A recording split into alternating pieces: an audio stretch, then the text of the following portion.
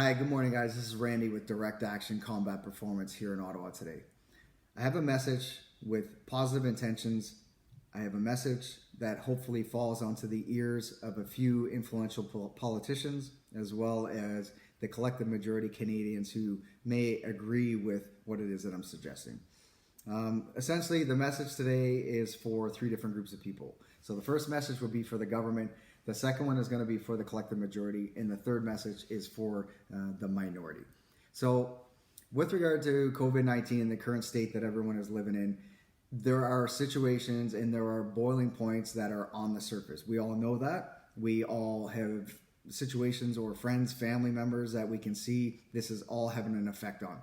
So we need to try to do something about it, because the case in point that has been implemented for the last 11 months is clearly not working.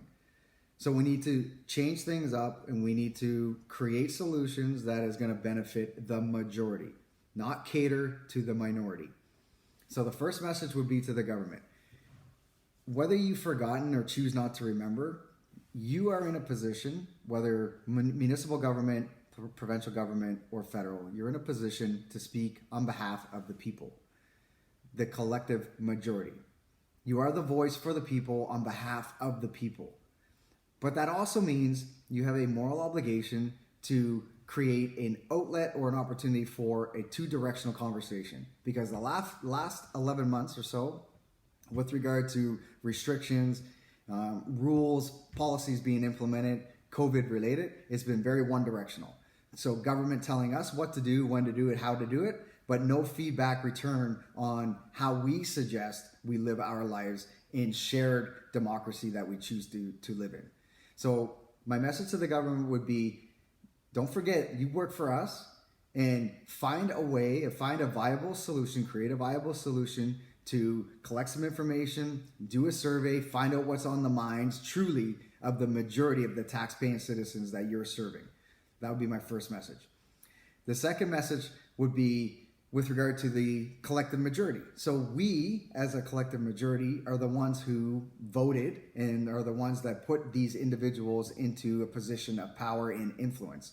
That being said, if they are doing something that we don't agree with as a collective majority, if they are doing things or making decisions that we know there's not a positive outcome, or it's not the outcome that we believe we could be living, then it's up to us to articulate the why and push back in a well-structured, respectful manner. And if we believe that collectively, then we need to speak up and push back and say, with respect to the government trying to do the best that they can with the resources and the time allocations that they have, I believe they're trying to do the best that they can.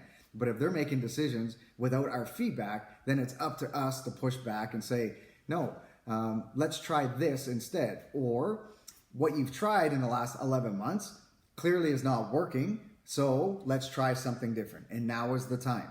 And then my third message would be to the minority. All of the information is out there now. You know the risks that are associated with COVID-19. If some of the risk has to do with your lifestyle, now is the time and opportunity to make a change. You take control of your own life and make a change so you're not a liability, so you're not at risk. Now, if you happen to fall in that small demographic of older age and you've got a health problem that has been on the surface, or you've been dealing with for quite some time, then obviously that's different. But I'm talking about the minority that choose to live in fear, and to make it even worse, the ones that are living in fear that have such strong opinions and love to post stuff on social media. Do everybody a favor. If you have nothing positive to offer on social media, but you choose to live in fear and run around the comforts of your own home with a mask on and a blanket on and a bubble wrapped around you, that's your prerogative. But don't use social media to perpetuate what you feel, especially when there's nothing positive tangibly you're presenting forward.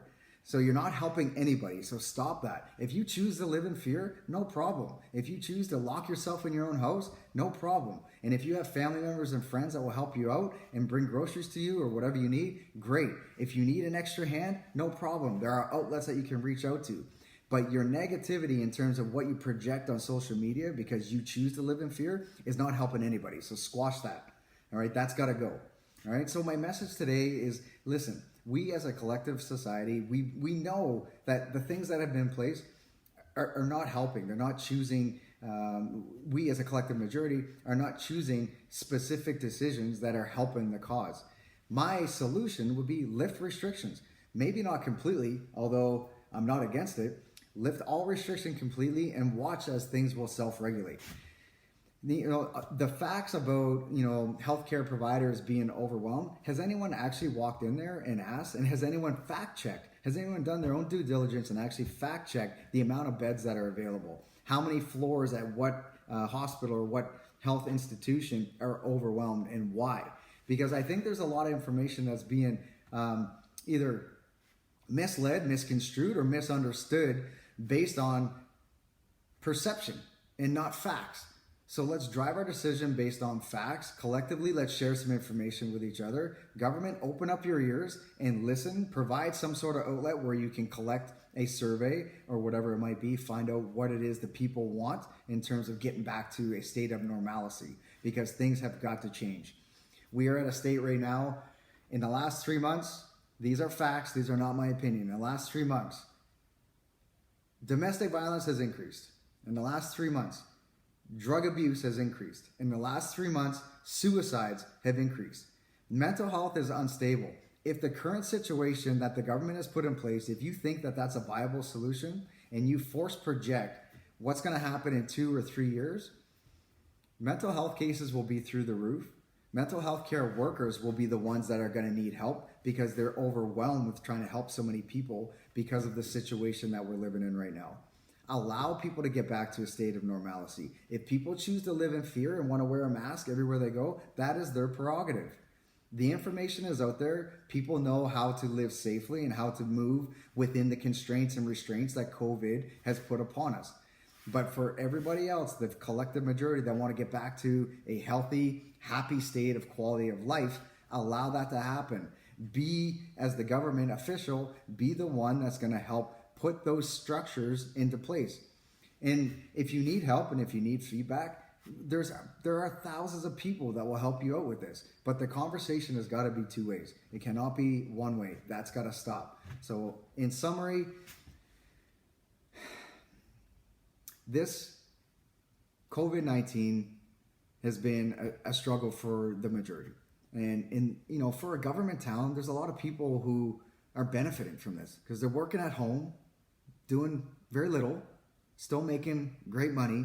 And to them, it doesn't bother them that much. But all the people that use a gym facility as an outlet to help with their stress, and they're unable to do that, what about them? All the people that run small businesses and they cater to citizens coming and going, what about them? What about all the people that are in positions to help others who are unable to help them because everybody is locked up inside? This is not a viable solution to a positive outcome. And my message is today, for the government, for the collective majority, and for the minority, before you just speak, think, collect a little bit of intelligence, collect a little bit of data, articulate your message well with a solution. Not just point fingers and curse and swear about how messed up things are. That is not going to help anybody. So hopefully this message gets out and is shared by a few people. And if you agree and you got a solution to the problem, by all means, let's talk about it. Let's get it off the ground and get things into motion, because further lockdown and further restrictions clearly is not helping the case. Anyway, it's Randy. Hopefully this helps. Stay positive, everybody. I know it's tough in these current situations. Stay positive. Take care of yourself. Get outside. Go for a walk. Choose to eat clean, eat healthy. Get off the screens. Play card games. Do something other than being in front of a screen or just sitting and brewing with your negative thoughts. It's not helping anything, including yourself and your own self-worth. All right. So